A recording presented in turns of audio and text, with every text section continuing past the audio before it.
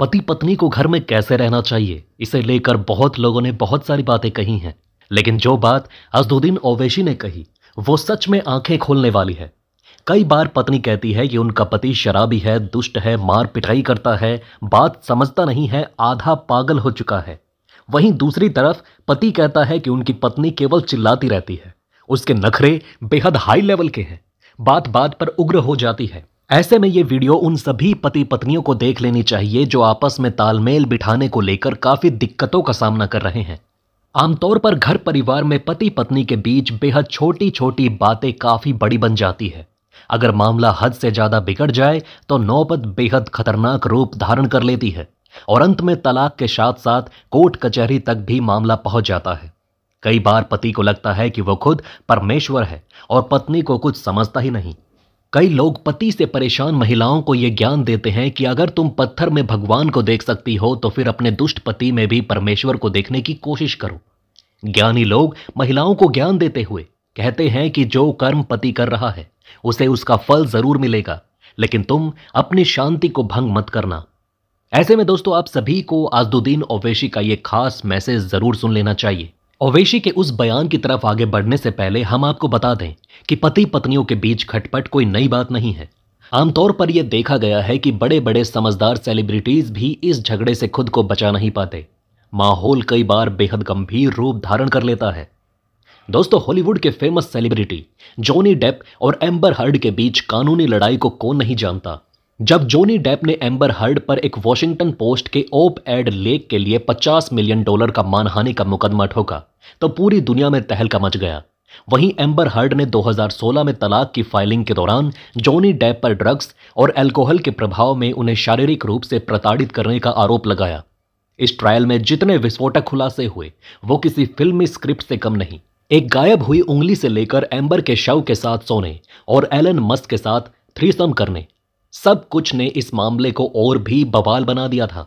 इस high profile मामले को पूरी दुनिया ने कोर्ट टीवी पर लाइव देखा, जिससे इस मुकदमे के प्रति जनता की रुचि और भी अधिक बढ़ गई थी।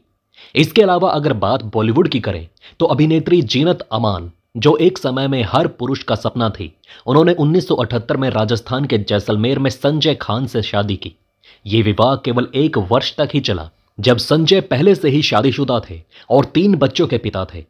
फिल्म अब्दुल्ला के सेट पर काम करते समय संजय खान जीनत अमान के प्यार में पड़ गए।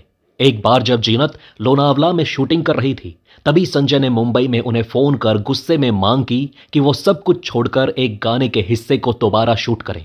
जब जीनत उनसे मिलने मुंबई होटल पहुंची तो नशे में धुत संजय ने उन्हें एक कमरे में ले जाकर बुरी तरह से पीटा, बालों से पकड़कर उन्हें हर बार गिरने तक फिर से मारा।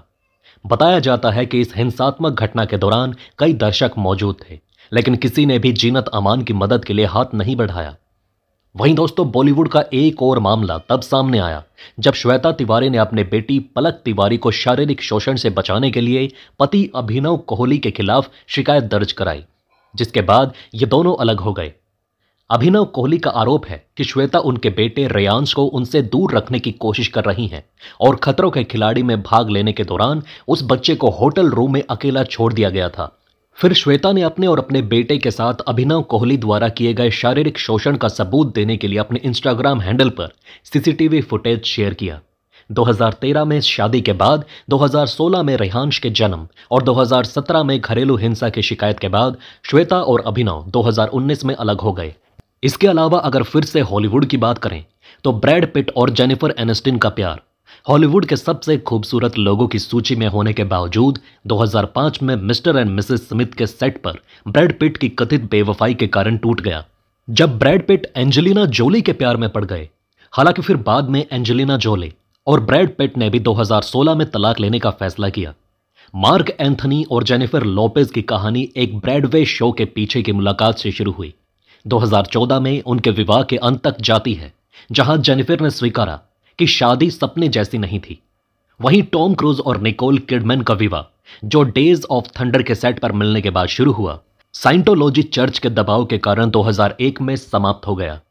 ये तमाम उदाहरण ऐसे हैं जो ये दर्शाते हैं कि बड़े बड़े सेलिब्रिटीज जोड़े भी शादीशुदा जिंदगी को संभालने में कई बार बुरी तरह नाकामयाब साबित हो जाते हैं। मामले को बिगाड़ने के लिए कहीं ना कहीं संवाद की कमी, कमजोर सहनशीलता और संवेदनहीनता ही असली जड़ होती है। कई लोग इस तरह की घटना को कर्म या सिद्धांत भी बताते हैं। हालांकि इस तरह के मामले में असली जड़ को लेकर आप क्या सोचते हैं, नीचे कमेंट में अपनी राय जरूर बताएं। अब आइए दोस्तों, आपको सुनाते हैं कि महिलाओं का पक्ष लेते हुए असदुद्दीन ओवैसी ने हाल ही में क्या कहा। उनके इस बात को हर एक पति को बेहद ध्यान से सुन लेना चाहिए। असदुद्दीन ओवैसी का कहना है कि अपनी पत्नी पर गुस्सा निकालना या उसे मारना मर्दानगी नहीं है, बल्कि उसके गुस्से को सहन करना असली मर्दानगी है। अगर बहस गर्म होने लगे तो थोड़ा ब्रेक लें, कमरे से बाहर निकलें, पानी पिएं, अपने पौधों को देखें। ये एक तरह का रीसेट बटन का काम करता है। उन्होंने पुरुषों को कहा कि उन्हें अपनी पत्नियों के साथ अच्छा व्यवहार करना चाहिए। ओवैसी ने बताया कि कुरान में कहीं नहीं लिखा कि पत्नी को अपने पति के कपड़े धोने, खाना बनाने या फिर सिर की मालिश करने की जिम्मेदारी है। कुरान के अनुसार पति को पत्नी की कमाई का कोई हक नहीं है, लेकिन पत्नी को पति की कमाई का हक है, क्योंकि उसे घर चलाना होता है। बहुत से लोग अपनी पत्नियों के खाना बनाने की क्षमता पर आलोचना करते हैं, जो कि इस्लाम में नहीं है। ओवैसी ने कहा कि जो लोग अपनी पत्नियों के साथ क्रूरता करते हैं, उन्हें मारते हैं, वो सच्चे इस्लाम का पालन नहीं कर रहे। उन्होंने पूछा कि क्या पैगंबर मोहम्मद ने कभी किसी महिला पर हाथ उठाया है। ओवैसी ने कहा कि कुछ लोग अपनी पत्नी के जवाब देने पर नाराज हो जाते हैं, जो कि सही नहीं। बहुत से पुरुष देर रात तक दोस्तों से चैटिंग कर रहे होते हैं, जबकि उनकी पत्नियां और मां उनका घर पर इंतजार करती हैं। ओवैसी ने कहा कि पुरुषों को इन बातों को समझना चाहिए और अपने परिवार के प्रति ज्यादा संवेदनशील और जिम्मेदार बनना चाहिए। दोस्तों, बड़े लोगों का कहना है कि अगर कम्युनिकेशन अच्छी रहे, सहनशीलता मजबूत रहे और ध्यानपूर्वक सुनने की आदत बनी रहे तो गलतफहमी कभी पैदा नहीं हो सकती। इसलिए ध्यानपूर्वक सुने और अगर गलती आपकी हो तो उसे स्वीकार करें। अपनी गलती को स्वीकार करने से कई लड़ाइयां शांत हो जाती हैं और आपका विवेक भी साफ हो जाता है। संवाद यानी कि कम्युनिकेशन ही वो माध्यम है जो बड़े से बड़े मतभेदों को भी सुलझा सकता है। रिश्तों में एक दूसरे पार्टनर का सम्मान करना बेहद जरूरी है। जब दोनों में से एक या दोनों पार्टनर एक दूसरे का सम्मान नहीं करते तो ये रिश्ते की कलह की जड़ बन सकता है। कई बार विश्वास का अभाव या धोखाधड़ी भी स्थितियां गंभीर कलह का कारण बन सकती है। समझदार व्यक्ति इस बात को भी मजबूती से मानते हैं कि हर एक रिश्ते में उतार चढ़ाव आते रहते हैं। इसलिए जब आपका अच्छा समय चल रहा हो तो बहुत ज्यादा उत्तेजित ना हो जाएं।